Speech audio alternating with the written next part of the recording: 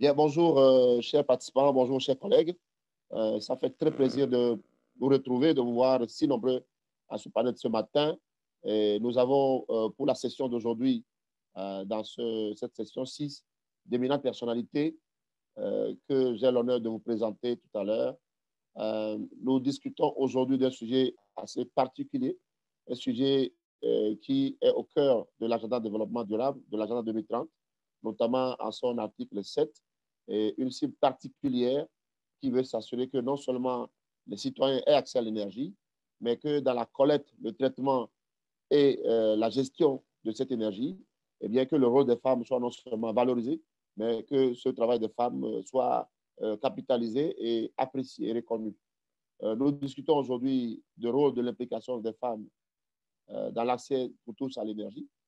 Et je suis Sénat Alouka, je suis employé de l'ONG Jeunes Volontaires pour l'Environnement et ravi de vous avoir, vous tous, avec nous. J'ai avec moi trois éminentes personnes, donc des panélistes. Et puis, peut-être avant de les présenter, j'aimerais donc rappeler que nous sommes donc au deuxième jour de ce forum qui a démarré depuis, je vais dire, quelques heures, mais déjà très, très précieuses. Nous avons suivi plusieurs sessions déjà, nous sommes à la session 6. Eh bien, aujourd'hui, pour rappeler, s'il vous plaît, on met chacun, à commencer par moi, nos portables sur silencieux pour éviter que nous puissions avoir des interférences. Et ceux qui n'interviennent pas, s'il vous plaît, appuyez sur mute. Donc, mettez votre téléphone, le micro sur silencieux. Et veillez à ne pas, par inadvertance, rallumer le micro de temps en temps. Voilà. Et d'ici là, nous allons ouvrir le panel pour que vous puissiez poser des questions. Donc, avec moi, trois personnes importantes. J'ai Madame Élodie Bachelier. Elle est une dame très connue dans ce pays, le Togo, parce que depuis quelques années, elle se bat pour s'assurer que chaque citoyen, quel que soit le lieu où se trouve, ait accès à l'énergie, mais surtout à l'énergie moderne et abordable. Madame Élodie Bachelier travaille pour Entrepreneurs du Monde, une ONG qui a fait un travail formidable dans ce pays et qui aujourd'hui a un siège dans la ville où je suis actuellement. Élodie, bonjour, je suis à Kara, comment vous allez? Bonjour Sénat, ça va très bien, merci pour la présentation. Moi je suis à Lomé. Voilà, ouais, je suis à Kara. Nous avons également une personnalité très, très importante qui fait un travail formidable. Ne souffrez pas, allez juste sur Google et tapez Women in Africa. Vous allez voir cette organisation qui fait un travail formidable, pas seulement dans l'énergie, mais dans tout ce qui est capacitation, empouvoirment de la femme. Madame Thiam, merci beaucoup de nous rejoindre. Bonjour, Sénabou, comment vous allez? Bonjour Sénat, merci beaucoup. Merci pour cet accueil chaleureux. Je suis très, très contente d'être avec vous ce matin pour échanger sur les sujets qui vont venir. Merci. Merci beaucoup. Comme on dit chez vous, Nangadev? Marie Firek, donc je vous parle depuis Dakar. Voilà, Jeff. On va aller tout à l'heure en Wolof et faire un peu de mbala pour que les gens puissent, voilà.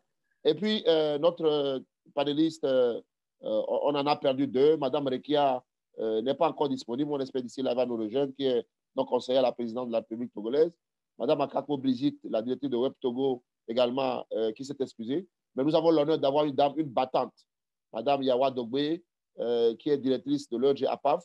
APAF, c'est cette ONG basée à Palimé, connue pendant les 10 dernières années, qui a fait un travail formidable pour outiller les paysans et les paysannes à se lancer dans l'agroforesterie, donc à tout ce qui permet de pouvoir renouveler le stock de carbone. Donc, Madame Dogbe, je ne la vois pas, elle vient en peine de partir quand je la présente. Nous allons, en tout cas, nous allons commencer. Comme je l'ai dit, nous discutons aujourd'hui du rôle de la femme et son implication dans l'accès à l'énergie.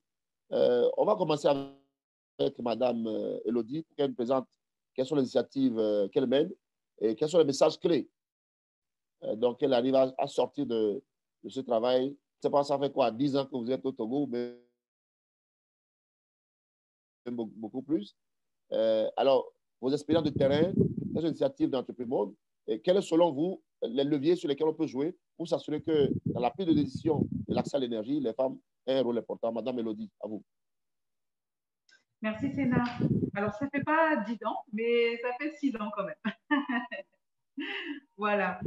Alors, effectivement, comme vous l'avez mentionné, par rapport à la thématique d'aujourd'hui, nous, on est parti d'un constat avec Entrepreneurs du Monde.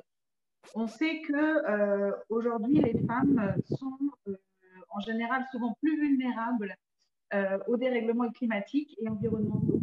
Elles sont doublement impactées car elles représentent 70% des personnes qui vivent avec moins de 1 dollar par jour dans le monde et elles possèdent donc forcément moins de ressources pour pouvoir se protéger face aux dérèglements climatiques. Par ailleurs, on sait ici, notamment en Afrique et ailleurs dans le monde, elles assurent en général 2/3 des tâches domestiques et de soins, comme la collecte de l'eau, etc. Elles sont donc en contact constant avec l'environnement et c'est pour ça qu'elles sont directement touchées par les effets du dérèglement climatique. Ainsi, depuis 1998, Entrepreneurs du Monde accompagne l'insertion sociale et économique des femmes en situation de grande précarité en Afrique, en Asie, en Haïti et depuis récemment également en France. Nous les aidons à entreprendre et à accéder à l'énergie et à s'adapter au changement climatique. Car en dépit des inégalités, ce qu'on peut mentionner, c'est que les femmes jouent un rôle essentiel dans la mise en place de stratégies alternatives durables pour protéger l'environnement. Non seulement elles possèdent des savoir-faire qui sont ancestraux, tels que par exemple la fabrication de foyers améliorés. Moi, c'est vrai que c'est quelque chose que j'ai appris en arrivant au Togo. Elles ont effectivement ce savoir-faire, mais elles sont également porteuses de solutions innovantes, notamment dans tout ce qui est la conservation de l'eau, les plantes médicinales, la réduction de la consommation de combustibles. Donc, elles sont les clés aujourd'hui pour préserver les ressources naturelles. Néanmoins, comme vous le disiez, cette contribution, il faut la mettre en valeur puisqu'aujourd'hui, elle reste insuffisamment reconnue et elle est peu valorisée. Pourquoi? Parce que les femmes sont malheureusement souvent minoritaires ou en sous-représentation dans les espaces de concertation et de décision, en particulier environnementaux. Dans ce cadre-là, Entrepreneurs du Monde a décidé de prendre le contre-pied de cet état de fait en s'appuyant majoritairement sur des femmes dans le cadre de ces programmes. Ainsi, elles sont majoritaires dans nos réseaux de distribution, mais elles sont également majoritaires parmi nos bénéficiaires de microfinance. Aujourd'hui, l'action d'Entrepreneurs du Monde au Togo a touché plus de 137 000 bénéficiaires, notamment via la diffusion de 34 000 solutions de cuisson et d'éclairage. Aujourd'hui, Entrepreneurs du Monde a créé différents programmes qui permettent d'avoir une action intégrée. En effet, pour nous, impliquer la femme dans les enjeux de transition énergétique, c'est répondre via une réponse complète et synergique afin qu'on puisse identifier les meilleures pistes de solutions pour évoluer dans le futur. Ainsi, nous avons décidé avec EDM de créer plusieurs programmes qui répondent aux besoins qu'on a pu identifier sur le pays. Mirodo, c'est un des programmes d'EDM qui a été créé en 2018 et qui favorise l'insertion professionnelle des jeunes et de l'entrepreneuriat. Ce programme-là permet notamment à nos distributrices et à nos bénéficiaires de se former dans le cadre de l'amélioration de leur activité génératrice de revenus dans le cadre de leur petite entreprise. Ces formations permettent aux bénéficiaires d'évoluer et donc d'améliorer leur activité et donc de générer pour elles-mêmes plus de revenus. Nous travaillons également avec ce programme dans le cadre du recyclage de produits solaires en fin de vie afin d'améliorer l'impact que pourraient avoir ces équipements lorsque les batteries notamment nous travaillons également avec Asila Civil Solidarité, donc qui est une microfinance qui a été créée ici par Entrepreneurs du Monde et qui compte plus de 38 000 bénéficiaires. Et parmi ces 38 000 bénéficiaires, plus de 95% sont des femmes. Donc l'objectif de cette microfinance, c'est de permettre à des femmes vulnérables d'avoir accès à des prêts et à du microcrédit, mais également d'avoir accès à des équipements économes en énergie via des crédits financiers qui permettent aux femmes d'acquérir des produits comme des foyers améliorés, des lampes solaires, tout en les réglant en plusieurs mois, afin de faciliter l'acquisition. Enfin, c'est notamment le programme dont je suis la responsable ici au Togo. Entrepreneurs du Monde a créé Niveau Énergie, qui vise à diffuser des équipements économes en énergie, donc tels que les lampes solaires et les foyers améliorés. Du coup, afin d'avoir un double impact, améliorer tout d'abord les revenus et les conditions de vie des femmes les plus pauvres au Togo, en facilitant l'accès à une énergie plus propre, et à contribuer donc à la lutte contre le changement climatique et contre la déforestation via la diminution de la pression sur les combustibles ligneux notamment. Donc, en vous présentant les différents programmes, j'ai souhaité aussi vous montrer que, afin d'atteindre notre objectif et d'impliquer de plus en plus les femmes dans les questions de transition énergétique, il faut mettre en avant les solutions qui sont intégrées et valoriser les actions qu'elles peuvent avoir et qu'elles ont du coup au quotidien pour améliorer donc améliorer la situation énergétique ici au Togo. Voilà, et donc j'espère pouvoir vous en dire plus par la suite dans le deuxième temps du panel.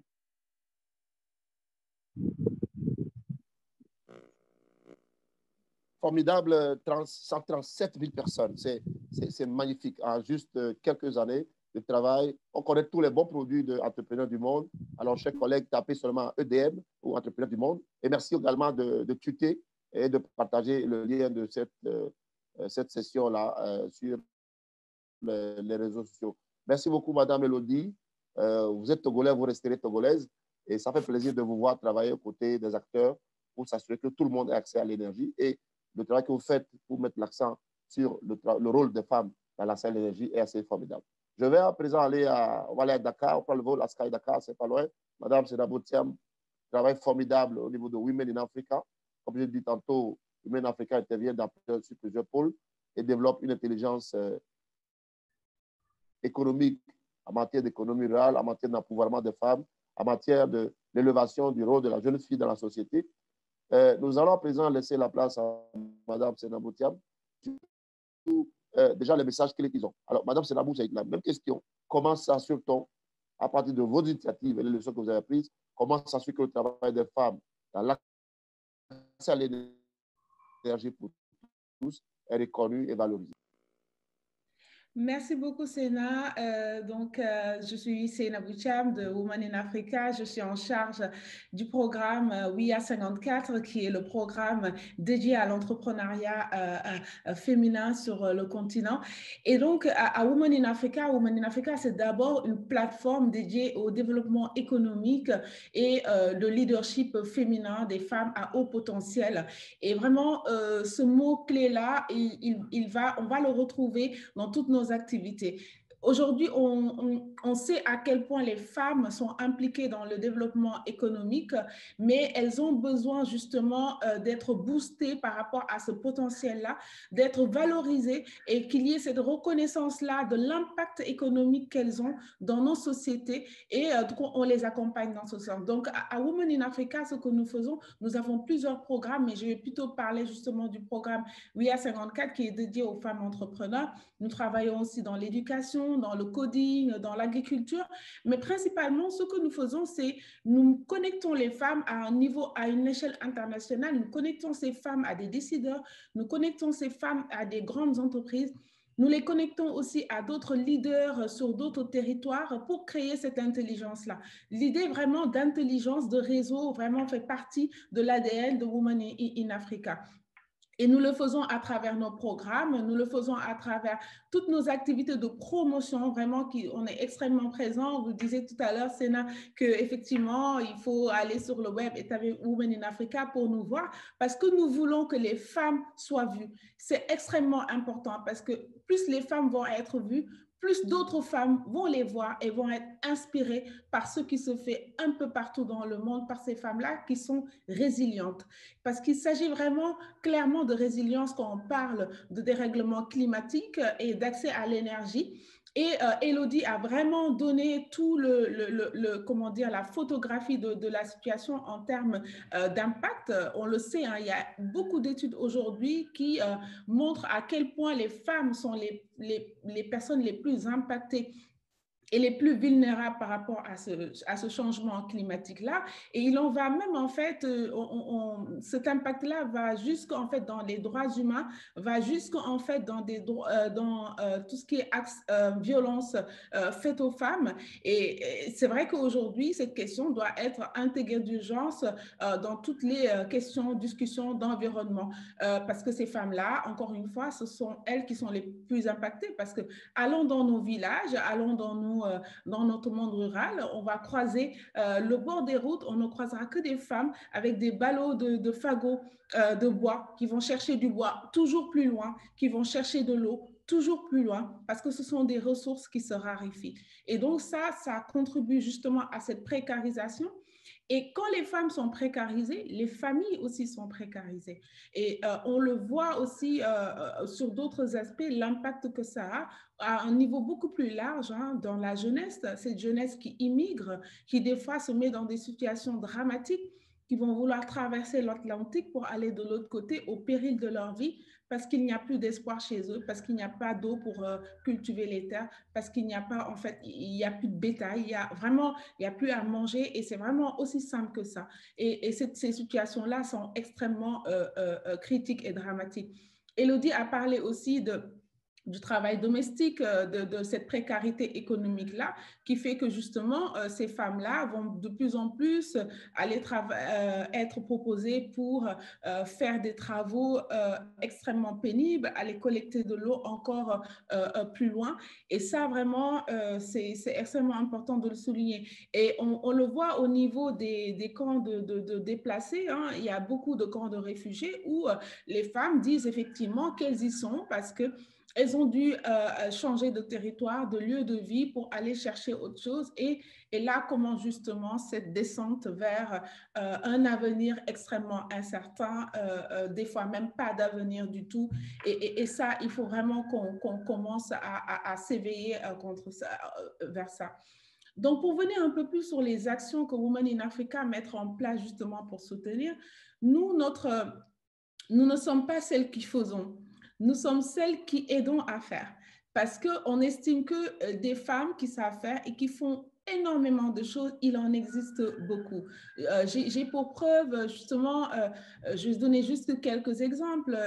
À chaque fois que nous lançons notre concours d'entrepreneurs au niveau panafricain, nous recevons énormément de projets qui sont axés sur le développement durable et l'accès à l'énergie. Nous recevons aussi de plus en plus de projets de femmes qui sont dans la préservation de l'environnement parce que c'est ça aussi, on peut aller chercher aujourd'hui des énergies propres, des énergies renouvelables, mais il faut toujours lutter contre cet impact néfaste que nous continuons, notre empreinte écologique qui est toujours extrêmement forte, beaucoup trop forte sur notre environnement.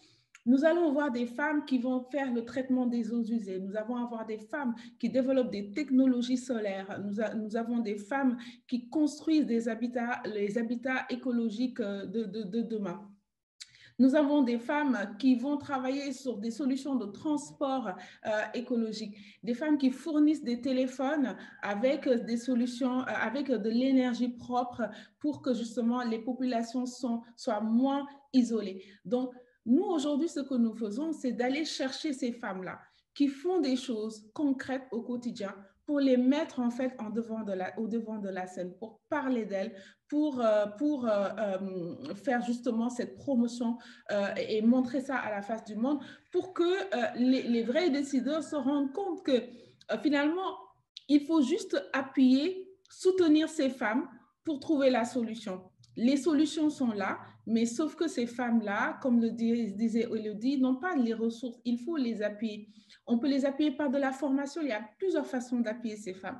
De la formation, nous avons à cœur de proposer chaque année un bootcamp aux femmes entrepreneurs que nous accueillons parce que nous voulons qu'elles construisent des entreprises qui soient solides, qui soient en fait résilientes justement sur la durée et qu'elles puissent à travers les activités, avoir aussi bien un impact sur leur environnement qu'un impact sur avoir des entreprises qui génèrent, qui génèrent des ressources économiques, qui puissent maintenant créer de l'emploi, retenir les jeunes et vraiment avoir cet impact économique dans leur environnement. Et juste la dernière chose, parce que je pense qu'on aura l'occasion d'aller un peu plus en détail, nous travaillons aussi avec un réseau d'ambassadrices extrêmement fort. Nous sommes représentés dans tous les pays africains et par exemple, notre ambassadrice au Tchad, c'est Indou Oumarou, qu'on connaît très très bien pour son engagement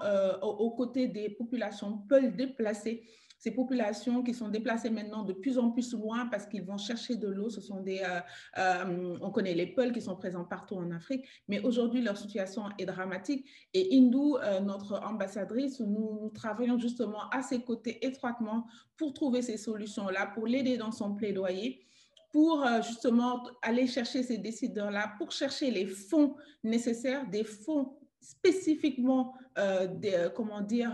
designés, c'est-à-dire faits pour les femmes, pour qu'elles puissent justement continuer à travailler dans leurs entreprises et ces entreprises-là qui ont justement cet impact-là extrêmement important pour l'accès à l'énergie et pour le développement durable. Donc voilà un peu les actions et les missions que nous nous donnons en termes de promotion, de formation et de leadership, de plaidoyer au sein de Women in Africa dans le cadre de cette discussion. Merci également de ce témoignage, je dirais, assez intéressant. Ça me permet, je crois que je dois commencer par allumer ma torche, celle de l'entrepreneur du pas. Je ne vais pas s'allumer, mais d'ici là, je crois que je dois le chercher. Vous connaissez cette question-là en Afrique. Energy for Impact, entrepreneurs du monde, Women in Africa. Elles sont nombreuses, ouais, ces organisations qui travaillent dans le domaine de l'énergie et dirigées aussi par des femmes. C'est très important de le remarquer. Madame Yawa Dogbe, elle est avec nous. Elle est directrice de APAF.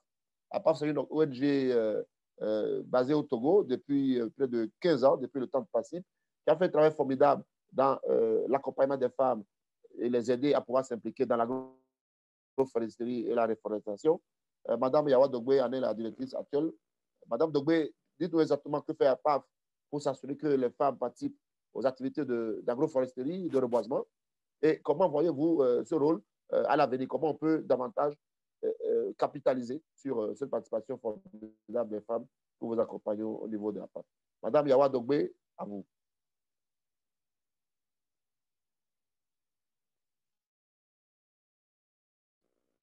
Je vois si elle est là. Non, mais par contre, je vois Madame Akakou qui nous a rejoint.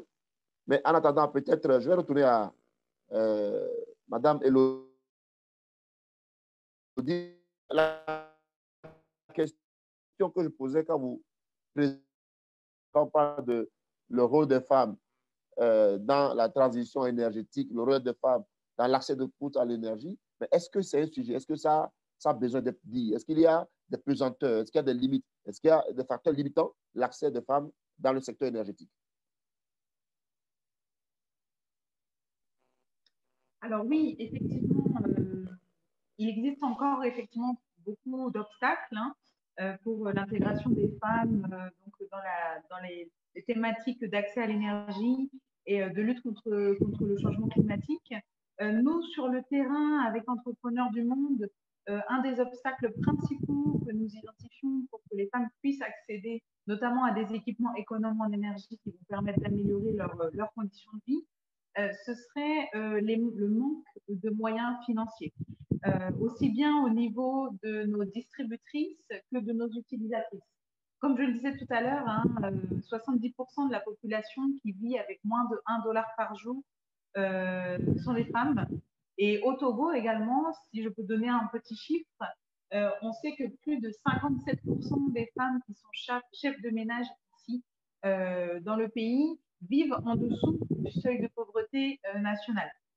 Ainsi, ça montre qu'effectivement, on est sur une catégorie de population qui a des problèmes ou des limites en termes de moyens financiers, alors que comment dire, ce sont ces femmes qui font souvent les dépenses en lien avec tout ce qui est consommable, combustible dans les ménages. Ça peut monter d'ailleurs jusqu'à 25% du budget mensuel d'un ménage, ces achats en équipement et en consommables et combustibles liés à l'énergie de cuisson et d'éclairage. Ainsi, les besoins de services financiers se situent donc à différents niveaux pour pouvoir impliquer les utilisatrices et les distributrices. C'est quelque chose que nous essayons de répondre avec Entrepreneurs du Monde en créant des services financiers spécifiques pour ces femmes. Alors, notamment pour les distributrices, en créant des services financiers qui permettent à ces femmes d'accéder à du stock pour pouvoir revendre et donc générer des revenus grâce à la revente d'équipements économes en énergie, mais également, comme je le disais en introduction, pour les utilisatrices, en permettant aux utilisatrices d'avoir accès à des crédits financiers pour acquérir des équipements et les payer en plusieurs fois. Ainsi, notre idée, c'est quoi? C'est que si on permet donc à ces femmes d'avoir accès à ces services financiers et donc accès à des produits économes en énergie, ça va créer un cercle vertueux. Les bénéficiaires qui vont distribuer les équipements vont générer des revenus supplémentaires qu'elles vont pouvoir réinvestir dans leur ménage ou dans leur activité. Et les utilisatrices vont pouvoir diminuer leur consommation de combustible. Et en diminuant cette consommation de combustible, elles vont pouvoir faire des économies qu'elles vont pouvoir ensuite épargner, par exemple, en cas de coup dur, ou réinvestir dans leurs activités et donc continuer ce cercle vertueux-là. Donc, pour moi, les manques de moyens financiers, c'est un obstacle, mais on peut essayer de le relever ou en tout cas de le dépasser grâce à des actions, effectivement, grâce à des partenariats avec notamment des microfinances comme Assilassimé Solidarité, ou en créant l'initiative de créer donc, des services financiers adaptés pour les distributeurs. Voilà donc un des principaux obstacles que nous, on peut identifier sur le terrain, mais je pense que Sénabou pourra en mentionner encore beaucoup, malheureusement.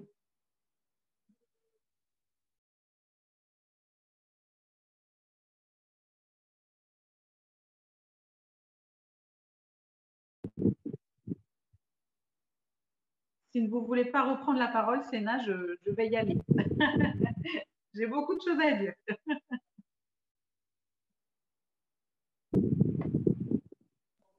Je propose que Senaibou reprenne la parole, puisque Sénat doit être en recherche de contact direct avec la dame du Web Togo.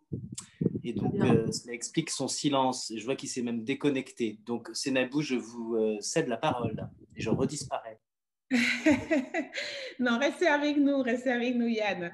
Alors, donc, mais vraiment, Élodie, je pense que vous avez tout dit sur cette problématique majeure. On ne va pas tourner autour du pot aujourd'hui. Il y a des centaines, des milliers d'études qui ont été faites justement sur cette question de l'impact climatique auprès des femmes et les solutions. Et la solution, effectivement, c'est créer des produits et des services financiers qui soit en fait accessible à ces femmes. Parce que le problème, et c'est d'ailleurs pour ça que la création en fait de la microfinance vient de là, parce qu'à un moment donné, il n'y avait aucun produit financier qui correspondait à ces catégories de femmes-là, qui n'ont pas des grosses PME, qui n'ont pas vraiment, ce sont des personnes qui ont des besoins extrêmement simples, pas énormes, et qui ont besoin justement de produits financiers qui soient vraiment designés pour cette catégorie de femmes-là. Et donc, je pense que dans la question de l'entrepreneuriat aussi, il faut commencer à créer ces produits-là, ces fonds qui soient destinés exclusivement aux femmes, parce que il y a plein de problématiques qu'il faut prendre en compte. Par exemple, quand on prend la question de l'agriculture qui est vraiment au cœur en fait de la question énergétique et climatique, les femmes en fait c'est elles qui cultivent la terre, mais elles ne le possèdent pas. Et ça vraiment il y a une étude de UN Women donc qui a vraiment souligné ça et qui a d'ailleurs créé une solution de financement, d'accompagnement de ces femmes-là pour qu'elles aient accès à la terre. Donc, ça, c'est par exemple des choses que quand on prend la question du genre, il faut prendre en considération. Il ne s'agit pas seulement peut-être de dire on va connecter les femmes au marché pour qu'elles puissent vendre leurs produits. La première des choses, c'est faire en sorte que de les sécuriser, de sécuriser ces entreprises-là en leur permettant d'accéder à la terre. Et donc, il en va de même, en fait, pour tout ce qu'on va devoir faire pour créer ces services financiers-là, créer des solutions d'accès à l'énergie de pay as you go, parce que voilà, d'énergie solaire où les femmes vont juste payer ce qu'elles consomment avec des technologies simples qui peuvent fonctionner un peu partout dans le monde. Et ça, aujourd'hui, on voit que les femmes en sont conscientes et il y a beaucoup d'ONG, il y a beaucoup d'organisations qui sont sur le terrain, qui mettent à disposition ces infrastructures vraiment très accessibles aux communautés et populations rurales et qui permettent de renforcer de la résilience économique. Donc ça, je pense que c'est extrêmement important en termes, enfin, l'un des leviers principaux, ça va être vraiment ça, de créer des produits et services financiers directement accessibles à ces femmes-là et qui correspondent vraiment à leurs besoins. Ensuite, il y a la question aussi de l'investissement parce qu'il y a le secteur rural, mais aujourd'hui, on voit aussi des femmes qui arrivent à construire des entreprises vraiment d'envergure internationale. Je pense par exemple à Myriam Fournier, qui est dans notre promotion 2020 cette année, qui est en fait à la tête de Sungi, qui a créé la première agence solaire d'une banque en fait. Et cette énergie-là,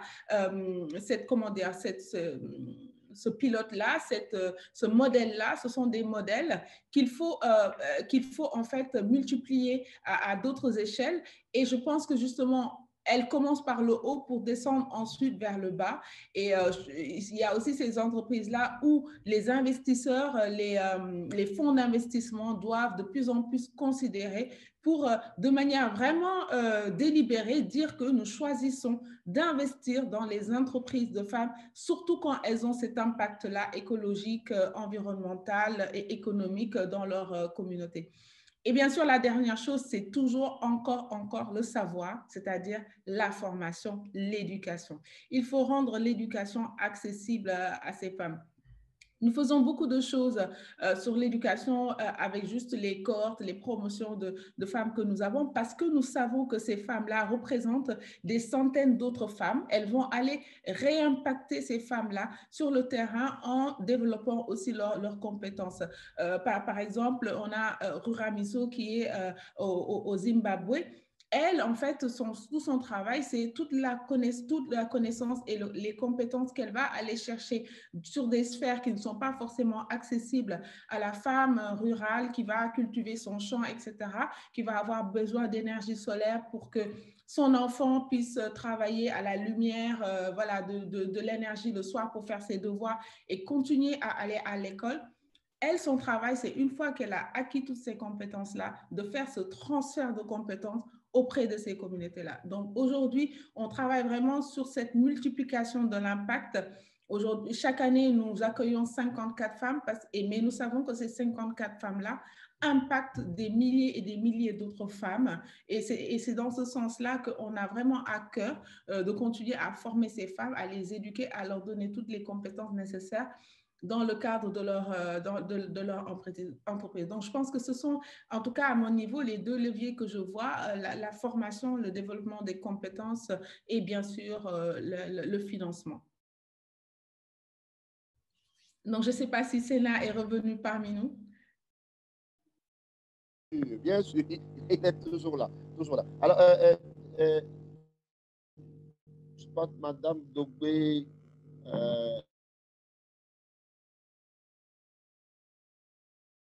elle n'est toujours pas encore possible actuellement que ce soit sur la page Facebook ou YouTube également. Le lien commentaire est activé, donc vous pouvez poser des questions. Et nous vous suivons pour ramener des questions ici au panel. Nous discutons aujourd'hui le troisième jour de ce forum formidable sur la transition énergétique et le rôle des femmes, des jeunes, mais aujourd'hui nous parlons des jeunes femmes, justement. On sait au Togo, Madame Elodie, que les questions de pollution liées à l'énergie, donc la cuisson qui n'est pas propre, eh bien, sont responsables du décès d'environ 3800 personnes. Alors que le sida et le palu tuent 2800, la fumée tue à lui seul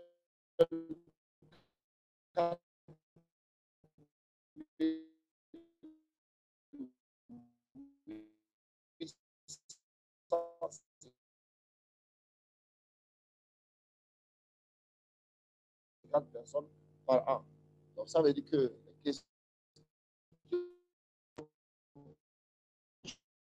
c'est comment on essaie, elle commence à le voir très bien en comptabilité,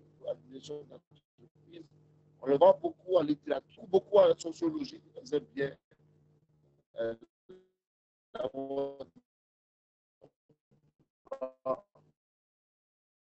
On est sur le continent de la population en Afrique. Mais comment on essaie de nos jeunes frères, jeunes sœurs, surtout à la question de l'énergie. Qu'est-ce que ça dit?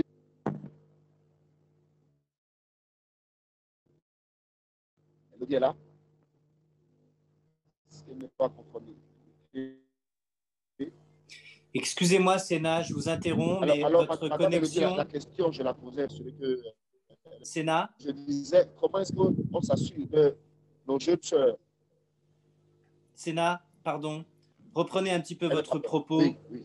Parce qu'on vous a mal entendu quand vous aviez l'image. Je pense que la connexion était de trop mauvaise qualité. Donc, est-ce que vous pouvez reprendre votre propos? N'hésitez pas, et juste avec le son.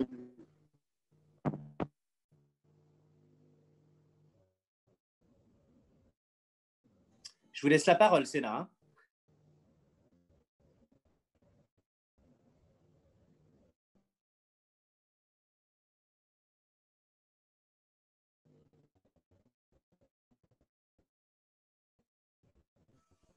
Sénat, on ne vous entend plus du tout.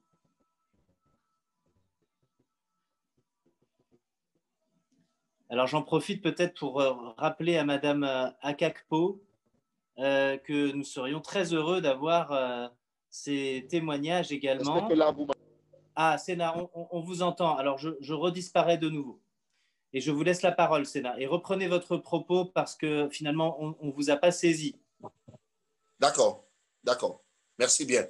Alors, la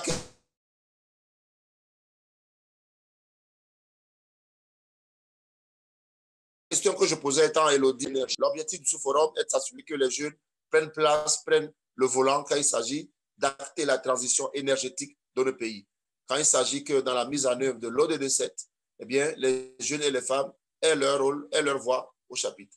Comment on essaie d'intéresser nos jeunes sœurs? Parce que visiblement, quand on voit au niveau universitaire, nos jeunes sœurs se retrouvent beaucoup plus du côté des sciences sociales, un tout petit peu au niveau des questions, voilà, un peu de médecine, de santé, mais dans le domaine de l'ingénierie, dans le domaine de l'énergie, on les voit très peu.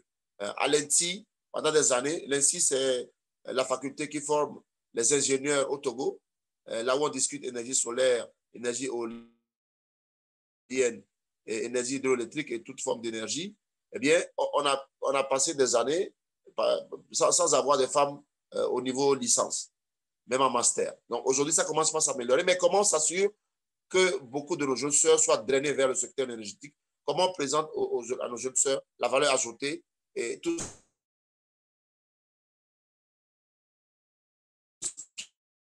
qui a gagné tout le potentiel qui est dans le secteur énergétique? Si le dit n'est pas là, Madame Senabou, vous pouvez y aller. Comment on essaie d'intéresser les jeunes sœurs? Elodie, allez-y. Elodie est là, allez-y. Me lance. Merci, Senabou. Oui, alors effectivement, c'est une thématique qui est très importante pour nous, l'implication justement des femmes au cœur de nos projets et au cœur de ces questions-là. C'est vrai que pour vous donner une anecdote, moi qui suis depuis 6 ans au Togo, je me retrouve souvent avec peut-être une ou deux femmes dans des conférences, dans des réunions où on est à 90, où il y a 90% ou 95% des participants qui sont des hommes. Donc c'est vrai qu'on est souvent en grande majorité dans les instances de représentation, dans les ateliers. J'ai même vécu un atelier sur le genre où j'étais quasiment l'unique femme. Donc c'est vrai que ça pose question. C'est vrai que voilà, donc l'objectif c'est effectivement comment trouver une solution pour impliquer les femmes donc, dans les processus de décision. Alors, si je commence à petite échelle, donc si je prends effectivement nos projets, nous designons nos projets en fonction des besoins et en fonction des demandes de nos bénéficiaires. Donc, par exemple, dans la conception des activités, les femmes sont au cœur des tests que nous pouvons mener. Donc, par exemple, quand on fait donc des études de besoins, on va aller dans les ménages auprès des femmes qui sont, elles, en fait, les référents clés dans ces ménages pour les questions notamment de cuisson et aussi en général d'éclairage, pour leur faire tester les différents équipements, les différentes solutions qu'on pourrait proposer pour recueillir directement leur avis. Donc ça, c'est vrai que c'est quelque chose qu'on met en place dès le départ pour essayer d'avoir l'avis le plus complet et les équipements qui pourraient répondre au mieux à leurs besoins. Dans la mise en œuvre, on travaille donc, comme je le disais, sur un réseau de distribution avec en majorité des femmes, chez qui on réalise souvent des enquêtes pour voir effectivement si les services que nous mettons en place correspondent à leurs besoins, mais aussi à leur réalité. Niveau énergie et entrepreneurs du monde aussi met en place dans ces chartes sociales. Les chartes sociales, c'est effectivement un document qui est signé par l'ensemble des collaborateurs d'un programme et dans lequel on s'engage sur des objectifs sociaux. On va rechercher un maximum la parité dans nos instances, donc que ce soit aussi bien au niveau des conseils d'administration de nos associations que dans nos équipes, donc parmi nos collaborateurs, mais également dans nos réseaux de distribution. Donc, nous nous engageons vraiment à faire un pas et à vraiment pousser effectivement pour que les femmes soient dans les instances qui prennent les décisions et notamment dans les conseils d'administration. Et le noter dans effectivement des documents tels que les chartes sociales, c'est donc des obligations qui sont portées au programme et donc elles doivent effectivement faire un maximum pour cela. Je pense que effectivement, comme Sénabou l'avait mentionné tout à l'heure, il y a aussi de très bons systèmes tels que les mentorats. Effectivement, le fait de permettre à des femmes d'être suivies par d'autres femmes qui peuvent effectivement leur montrer l'exemple. On sait souvent que on peut effectivement, en tant que femme, ressentir ce qu'on appelle un petit peu un syndrome de l'imposteur, peut-être ne pas se sentir légitime sur certaines questions, alors qu'on doit faire porter notre voix et souvent c'est assez difficile dans des sociétés que je dirais qui restent toujours tout de même assez patriarcales. Donc, c'est vrai que les systèmes de mentorat et d'appui effectivement de femmes par des femmes sont effectivement des leviers qui permettent cela et c'est quand même des systèmes qui fonctionnent assez bien. Comme le disait aussi Sénabou, et là je la rejoins complètement, la formation c'est aussi quelque chose qui est très important pour permettre aux jeunes femmes d'avoir accès et de faire porter leur voix. Alors, il y a notamment une initiative que j'aimerais mettre en avant ici.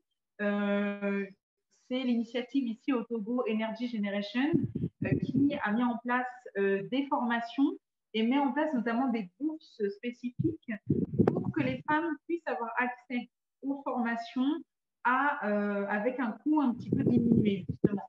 Et les formations qu'ils mettent en place, c'est notamment des formations sur les installations solaires et sur l'entrepreneuriat. Donc, c'est des initiatives de ce type, je pense, avec des moyens spécifiques qui peuvent permettre aux femmes d'avoir accès à la formation et ensuite de porter leur voix dans les instances de prise de décision et dans, effectivement, peut-être des filières plus techniques, effectivement. Donc, voilà un petit peu ce que je peux mentionner pour la question comment impliquer les femmes, effectivement, dans cette thématique et notamment dans les instances de décision. Et je salue Brigitte qui vient d'arriver, je pense. Oui. pourrait pas avoir l'occasion tout à l'heure.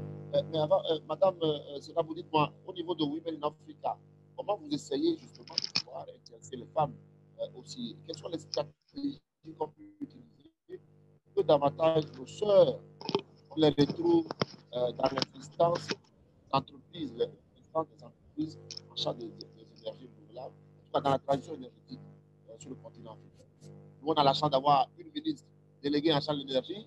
Bingo! Je ne sais pas si c'est déjà arrivé dans l'histoire du Sénégal, mais comment on essaie de pouvoir drainer davantage de jeunes filles dans le secteur? Quelles sont les pistes?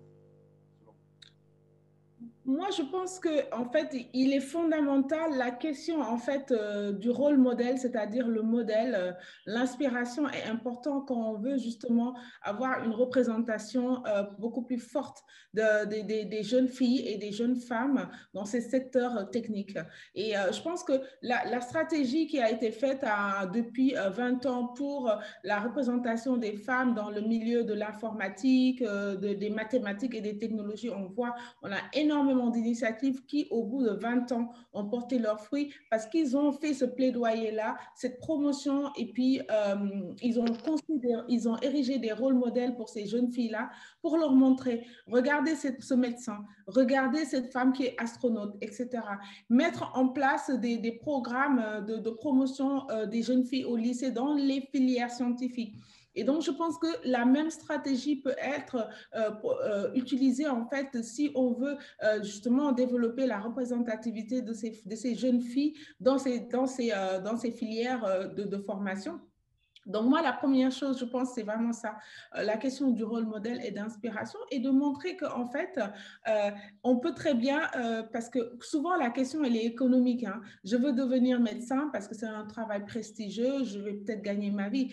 Mais on se rend compte de plus en plus, surtout dans nos pays africains, que des fois, on peut faire 8 ans de médecine et se retrouver dans une situation économique extrêmement précaire.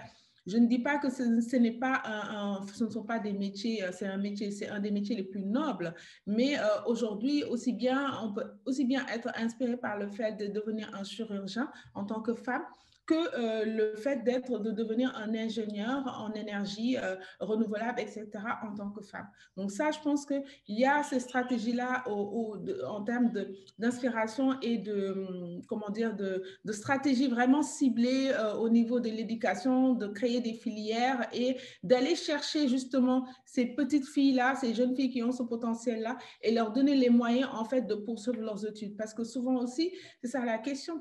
On va dire, Élodie parlait de notre système patriarcal, on va dire à la jeune fille, mais pourquoi tu vas faire des études pareilles? Tu vas étudier le soleil, tu vas étudier l'eau, pourquoi faire? Il faut vraiment que tu ailles... Bon, tu peux aller chercher un mari, déjà, bon, ça c'est la première chose. Et ensuite, tu peux peut-être trouver un travail qui va tu peux faire d'autres études qui vont te permettre de trouver un travail beaucoup plus rapidement. Donc, il y a vraiment ce travail-là qu'il faut faire au niveau de l'éducation. Après, l'autre chose, je pense, qui peut être très important et que nous faisons aussi à Women in Africa, c'est les partenariats, les mécènes que nous avons. Cette année, on a la grande chance d'accueillir Merijam, qui est un acteur vraiment incontournable sur le continent en termes d'infrastructures et d'énergie renouvelable propre. Et ces partenaires-là, quand ils nous rejoignent pas seulement pour soutenir les activités que nous faisons, ils nous rejoignent aussi pour prendre la main des femmes entrepreneurs que nous avons identifiées et qui ont du potentiel dans ces secteurs-là pour les pousser vraiment et pour justement leur donner plus de pouvoir.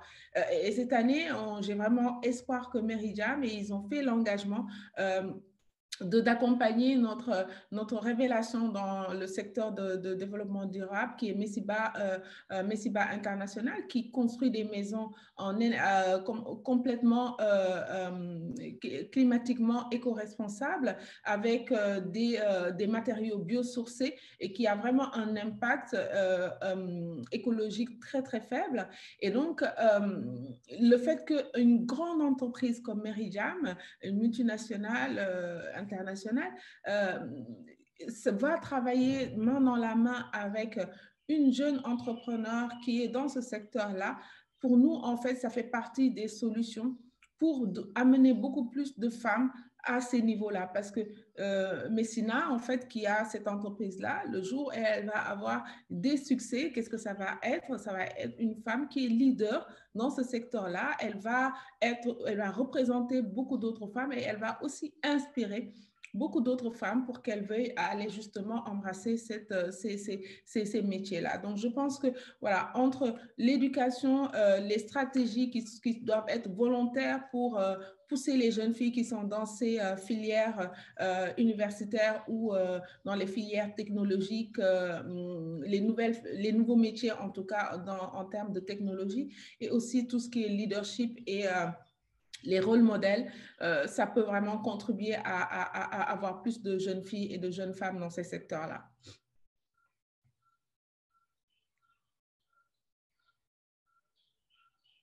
Je ne sais pas si c'est... Merci beaucoup, c'est très, très gentil. Je pense que vous avez mis l'accent sur les éléments clés, le fait d'avoir des exemples avec qui on suit. L'histoire l'a montré encore et encore que chaque grande femme peut avoir avec elle toute une population, une communauté de jeunes filles. Et je crois que déjà, vous, Madame Senabou, et tous ceux qui vous suivent aujourd'hui, préparez-vous à avoir votre email inondé. Beaucoup ont envie d'être coachés, d'être mentorés, et nous espérons que vous pourrez continuer à donner ce service-là. Nous avons la chance d'avoir Madame Akako Brigitte Yawa ici, je crois. Madame Akako est une femme très connue dans le pays, tellement active. Elle est sur plusieurs plans. Elle est directrice de l'ONG Web Women in Environment Programme. Donc, c'est un programme environnement femmes, une ONG internationale basée au Burkina Faso, mais également au Nigeria. Madame Akako est connue pour son rôle actif dans le plaidoyer en faveur de la place du rôle des femmes dans la prise de décision dans la gouvernance environnementale. Et depuis quelques années, on la voit très, très active sur les questions énergétiques. Madame Akako, nous avons envie de vous voir allumer votre caméra. Et dites-nous exactement que fait Web au Togo. On sait que 90% de Web, ce n'est pas du féminisme, mais orienté vers le genre. Alors dites-nous quelles sont les initiatives de Web actuellement et comment celle-là capitalise ou valorise le travail des femmes dans le secteur de l'énergie. Bienvenue. Merci beaucoup, cher Sénat. Et bonjour, chers tous. Et vous m'excusez. En fait, je ne devais pas être à ce forum. Et je suis déjà à un forum présentiel. Et donc, j'ai dû forcer parce que je voyais que ma collègue Yawa a quelques soucis de connexion, ce qui m'a obligée d'être présente à ce forum et d'intervenir. Et je vais intervenir un tout petit peu et elle aura la parole pour poursuivre les échanges. J'ai suivi avec intérêt, même si l'intervention des uns et des autres, et Madame Elodie et Madame de Africa Women Africa, je ne vois pas très bien le titre. Et donc, effectivement, comme Sénat l'a dit, Web Togo Women Environmental Programme, nous intervenons au Togo et nous sommes très préoccupés par la mobilisation et l'implication des femmes dans la gestion durable des ressources naturelles. Et également, nous intervenons sur les questions des énergies renouvelables et l'implication des femmes sur la transition énergétique.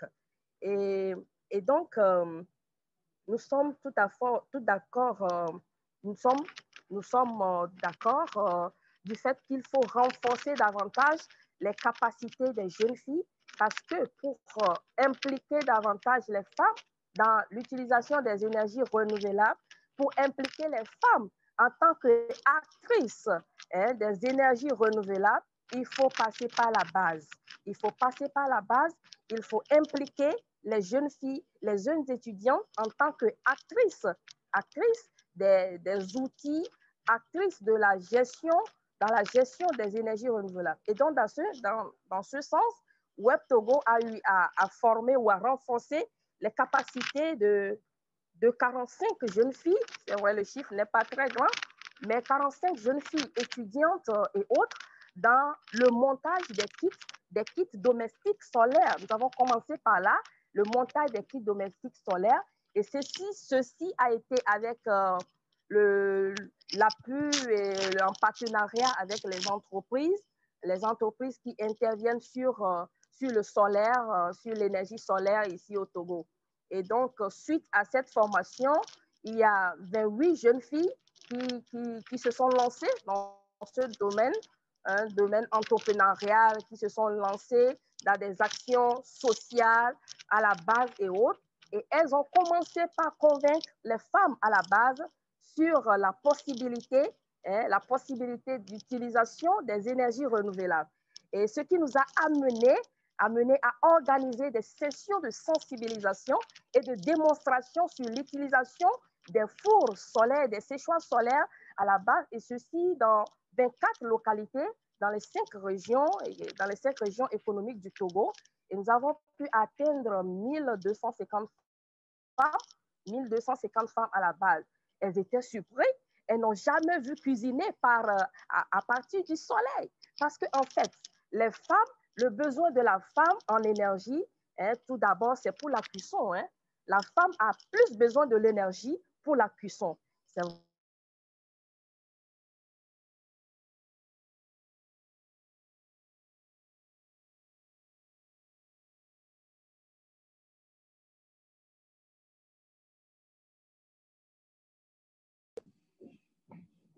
Je pense qu'on a perdu Mme Akako entre-temps. On va voir si elle va pouvoir nous rejoindre, Mme Akako. Sinon, on laisse la main à Mme Yawa Dogbe de la PAF Togo, qui est collègue à Mme Webb. Mme Yawa Dogbe, si vous êtes là, on aimerait bien vous écouter, on aimerait que vous nous présentiez Web Togo, APAF, le travail que vous faites, vu que APAF intervient sur les questions d'agroforesterie, donc la dimension de la biomasse, comment on régénère la biomasse, comment on entretient la végétation, comment s'assurer que dans les fournitures des services énergétiques, notamment le charbon, eh bien, plutôt des sources d'énergie, eh bien, le rôle des femmes soit préservé, reconnu et valorisé. Madame Dogbe Yawa, vous êtes connue comme grande militante des droits des femmes et très honorée de vous avoir avec nous ce matin. À vous la parole.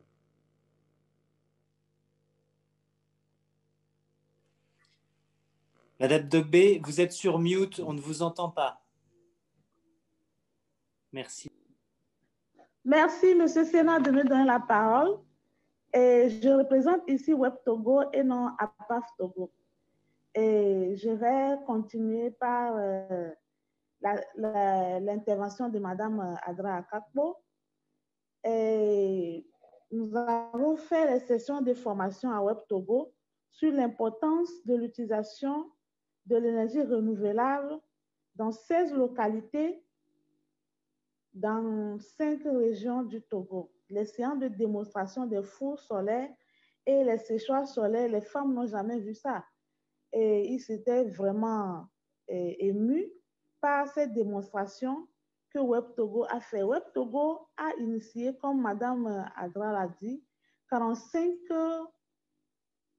jeunes filles dans l'utilisation dans le renforcement de la capacité des jeunes filles sur le montage des kits domestiques. Et sur ça, 30 ont déjà commencé par l'application sur le plan national et international. Donc, nous avons contribué dans l'utilisation d'énergie renouvelable pour le changement climatique sur la formation de ces jeunes filles-là. Donc, pour compléter ce que Mme Adra Akakpo vient de dire, c'est ce que Web Togo a initié dans le domaine. Les femmes sont au cœur de la dégradation des ressources naturelles. La souffrance des femmes dans ce pays a fait que les femmes sont vraiment sensibles au problème de l'énergie renouvelable et il faut aider ces femmes-là dans l'acquisition des matériels, des technologies qui vont aider ces femmes-là à la cuisson propre. Les femmes veulent bien cuisiner avec les énergies renouvelables, avec la cuisson propre, mais ils n'ont pas l'économie possible, le coût élevé de ces matériels de cuisson a fait que il faut juste un petit minimum de femmes qui interviennent dans l'utilisation de cette technologie-là.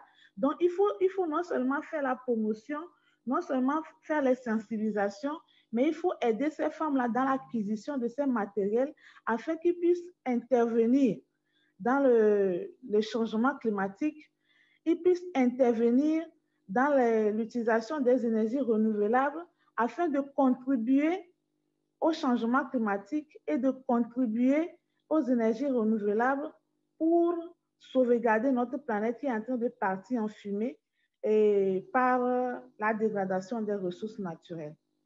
Donc, Monsieur Sénat, voilà en résumé ce que Web Togo fait dans les énergies renouvelables. Merci beaucoup. C'est fort intéressant d'écouter. Merci bien de faire le travail, de rappeler le travail formidable que fait Web Togo, notamment quand il s'agit de... Sénat, votre son est très bas. Est-ce que vous pourriez reprendre en augmentant le son? Merci beaucoup, Madame Dogbe, pour nous avoir rappelé le travail que fait Web Togo, avec près de 1500 femmes touchées, 45 femmes formées sur l'utilisation des kits domestiques. C'est assez fort intéressant. Arrivé à ce niveau du débat, je pense qu'on a compris tous l'importance de s'assurer que les femmes ont voix au chapitre quand il s'agit de décisions sur la transition énergétique. On a vu également qu'il y a des initiatives fortes par ici.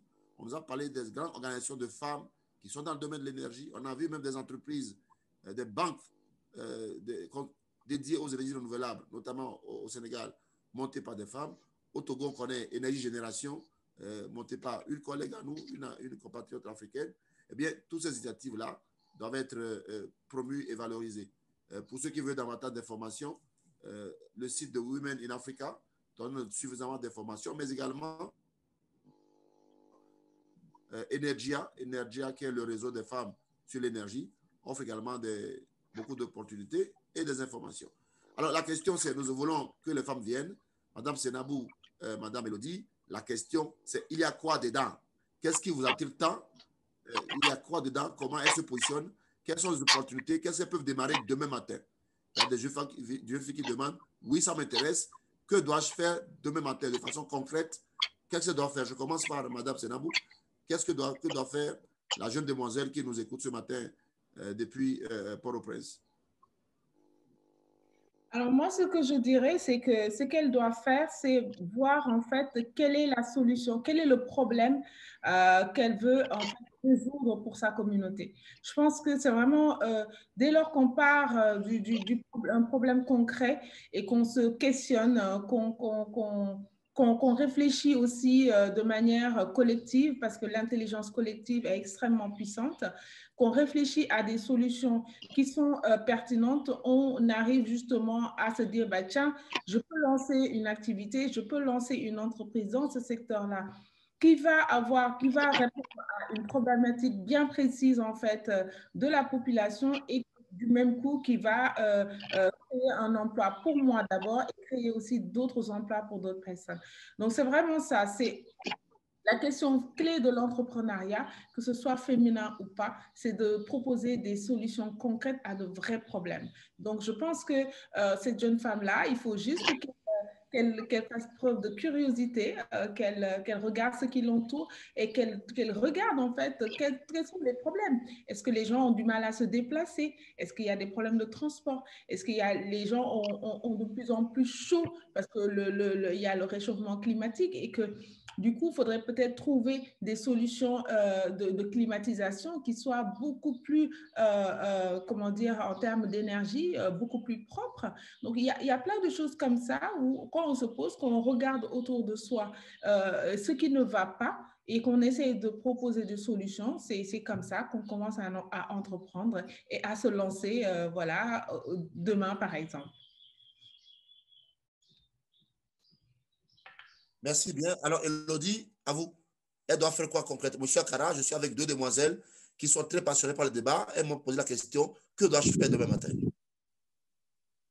Merci, Sénat. Alors, effectivement, comme vient de le dire Sénabou, je pense que l'important, c'est de regarder son environnement direct. Aujourd'hui, donc si tes collègues Sénat sont intéressés, qu'elles regardent dans leur quartier, qu'elles regardent autour d'elles, dans leur famille, quel est le problème qu'elles souhaiteraient régler. Et donc, par rapport à ça, ensuite, elles peuvent venir effectivement contacter nos structures. Je pense à Web Togo, je pense à Entrepreneurs du Monde ou à Women in Africa. C'est vrai qu'on est là effectivement pour on sert de levier justement pour faciliter le travail pour elles et faciliter l'accès à des solutions qui peuvent leur convenir. Donc, par exemple, à Cara, nous, Entrepreneurs du Monde et Niveau Énergie, on a une antenne. Donc, il n'y a pas de souci, elles peuvent venir à l'antenne. Et donc, du coup, elles pourraient, voilà, sans souci, venir discuter avec nos animateurs sur place. Mais plus sérieusement, c'est vrai que l'important, c'est vraiment d'étudier en quoi est-ce qu'elles peuvent contribuer pour faciliter la vie de leurs collègues, la vie de leur famille, de leurs voisins. Si effectivement, elles vivent dans un quartier qui n'est pas éclairé, qu'il y a un besoin, notamment en énergie solaire, quand on voit par exemple la consommation énorme de piles qu'on peut faire de torches à piles ici au Togo, eh bien, pourquoi pas se rapprocher des structures comme Niveau Énergie ou comme Web Togo, qui diffusent ce type d'équipement et qui peuvent offrir des services financiers pour faciliter l'acquisition, même si elles commencent avec très peu de moyens. Donc, il y a effectivement des opportunités. Maintenant, c'est vrai que c'est faire le premier pas qui est souvent difficile, mais quand on fait le premier pas, par la suite, on arrive à de très, très grandes choses.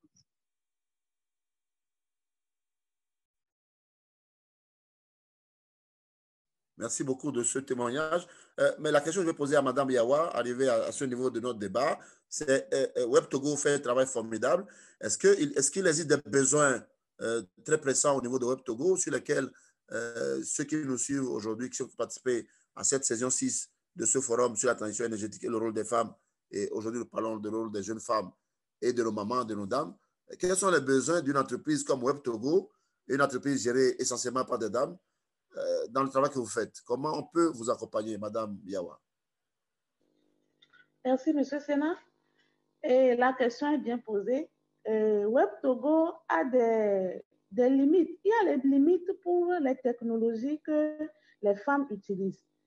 Donc, ces limites-là, il faut accompagner les populations à engager l'énergie propre. Les femmes en tant qu'actrices dans la mobilisation, il faut mobiliser, conscientiser la jeunesse, la jeune fille, les femmes, il faut les conscientiser à l'utilisation des technologies pour les énergies renouvelables. Parce que pour la lutte contre le changement climatique, il faut utiliser les énergies renouvelables. Qu'on le veuille ou pas, il faut qu'on utilise les énergies renouvelables. Mais ces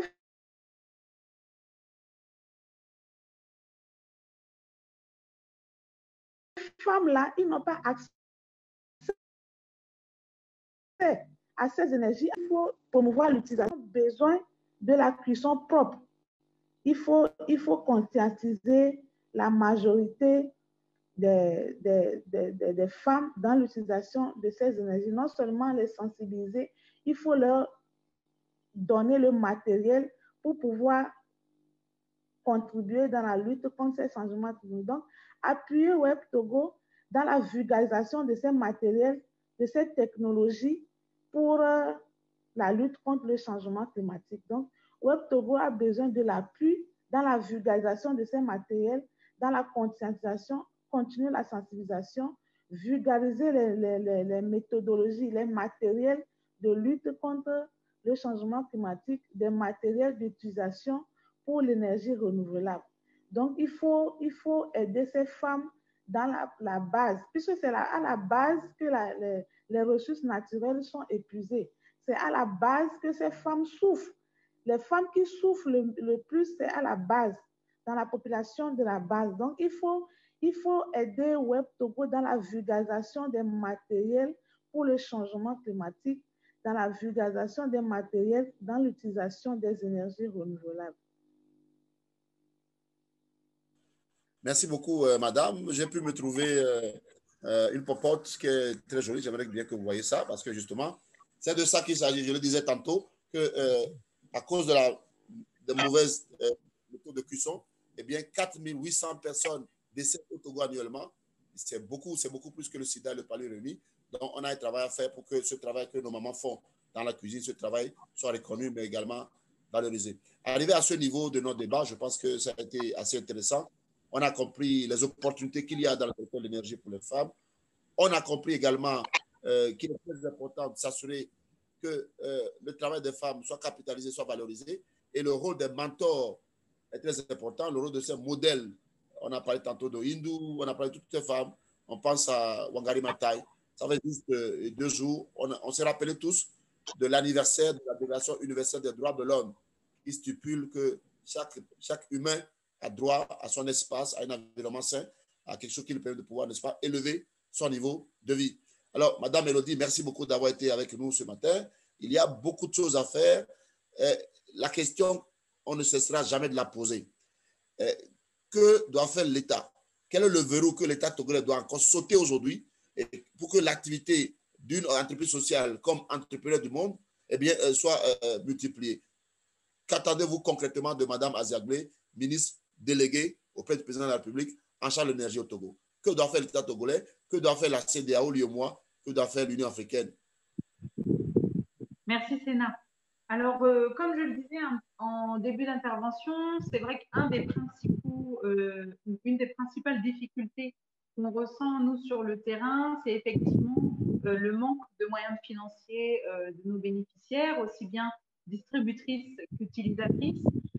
Donc, il y a un levier qui pourrait être utilisé et qui pourrait effectivement être un moyen justement de permettre à plus de femmes d'acquérir des équipements économes en énergie. Ce serait effectivement de travailler sur la réduction des prix de ces équipements. Alors, pour vous donner un exemple concret, Entrepreneurs du Monde, en partenariat avec Niveau Énergie et Assumé Solidarité, nous sommes partenaires donc, du programme d'appui à la lutte contre les changements climatiques ici au Togo. Donc, c'est un programme qui est financé par l'Union européenne en partenariat avec le ministère de la Planification et le ministère de l'Environnement. Et dans ce cadre-là, nous avons pu obtenir effectivement des bons de réduction qui permettent justement aux populations vulnérables d'acquérir des kits gaz à un prix effectivement qui est réduit. Donc ces bons-là ne sont pas des bons énormes, c'est des bons, voilà, vous voyez, de 5 000 francs, donc environ 7,5 €, 7,5 €. Et on voit, nous, on note que entre 2018 et 2019, suite à la mise en place de ces bons d'achat, on a multiplié la diffusion des kits gaz par 3 en seulement une année. Donc, c'est vrai que ces petites incitations financières peuvent faciliter l'accès pour les femmes à ces kits-là, comme vous le montrez, Sénat, des kits gaz qui permettent effectivement de réduire pour les femmes qui cuisinent avec le contact avec des fumées qui sont nocives pour leur santé, tout en sachant que ça préserve aussi notamment de la coupe du bois. Donc ça, ce serait sur la partie cuisson. Sur la partie éclairage, il y a un grand pas que pourrait faire le Togo.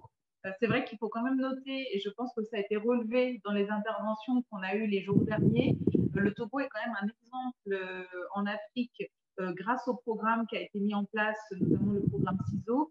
Il y a eu des grands pas qui ont été faits ces dernières années et on peut féliciter vraiment le pays pour ces initiatives-là.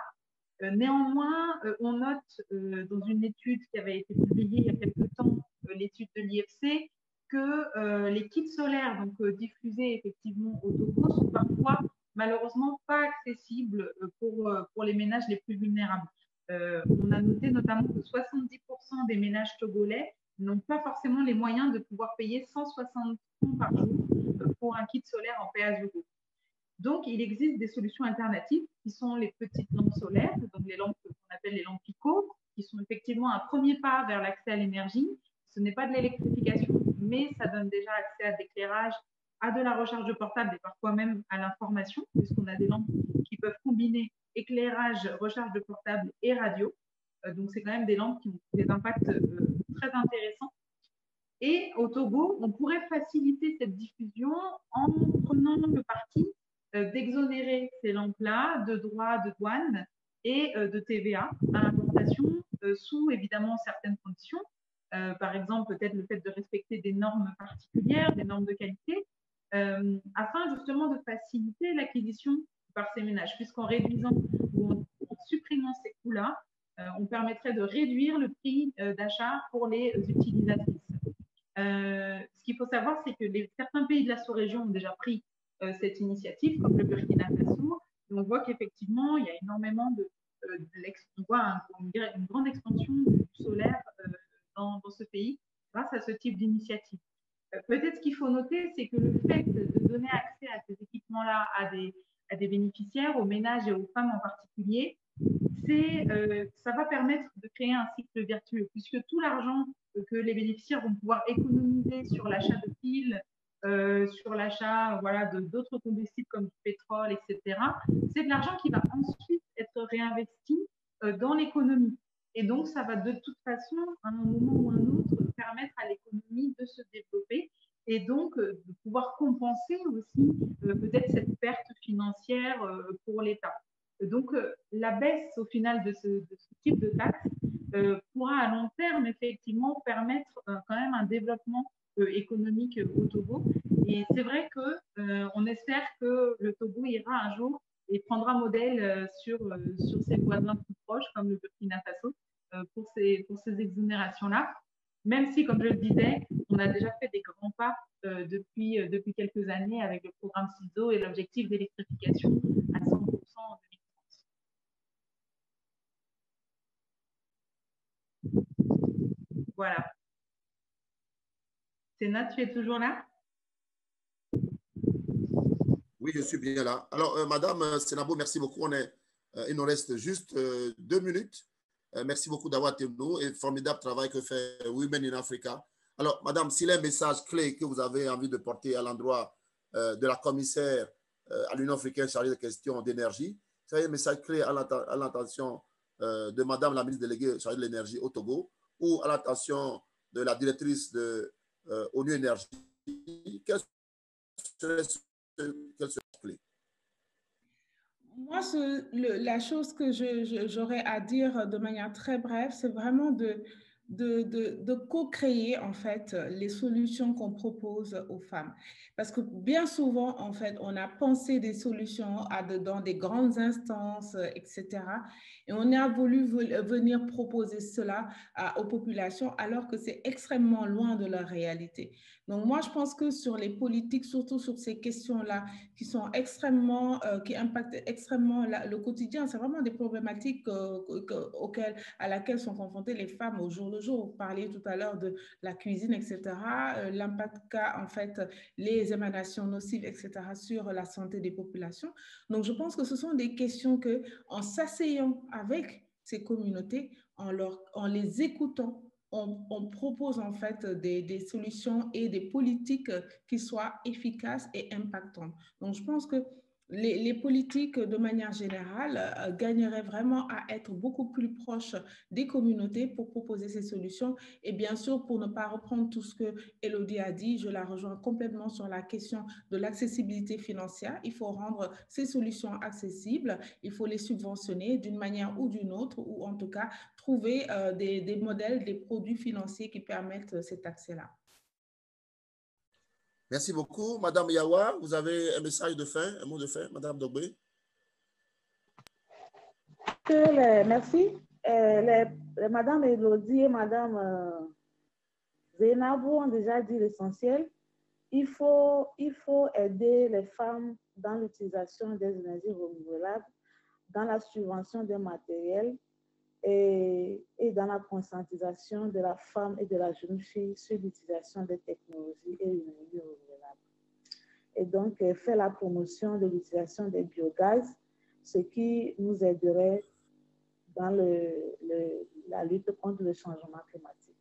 Nos collègues ont déjà dit l'essentiel, je ne vais pas reprendre le tout et je vous remercie. Merci beaucoup à vous, actrice de développement, actrice dans ce combat très important. Monsieur Kevin Ossa, merci beaucoup de l'opportunité donnée à moi-même, Madame Akapo, Madame Dogbe, Madame Bachelier et Madame Thiam de pouvoir participer et animer ce débat. C'est important d'avoir les femmes, les jeunes filles, nos mères, nos mamans dans cette transition énergétique. Dites-nous quel est le programme de cet après-midi avant que nous le concluions.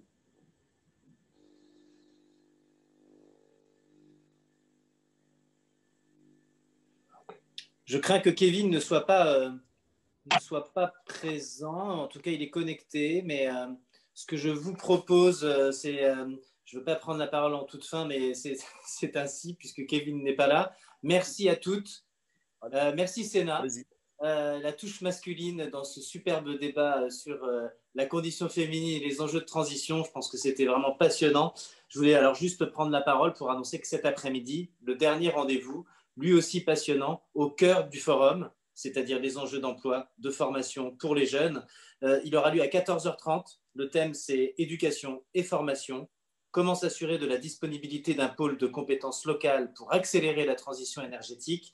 Seront présents pour en parler Lucie Borin, qui facilitera la table ronde, de Energy Generation, qui est co-organisateur du forum, Alain Tossa, de Kia Energy Group, Cédric Filet, de Aldelia, et Komla Aouté, de Egent Togo. Donc rendez-vous à 14h30. Encore une fois, merci à toutes pour ce débat et à très bientôt. Merci beaucoup à tous. Merci beaucoup. Merci.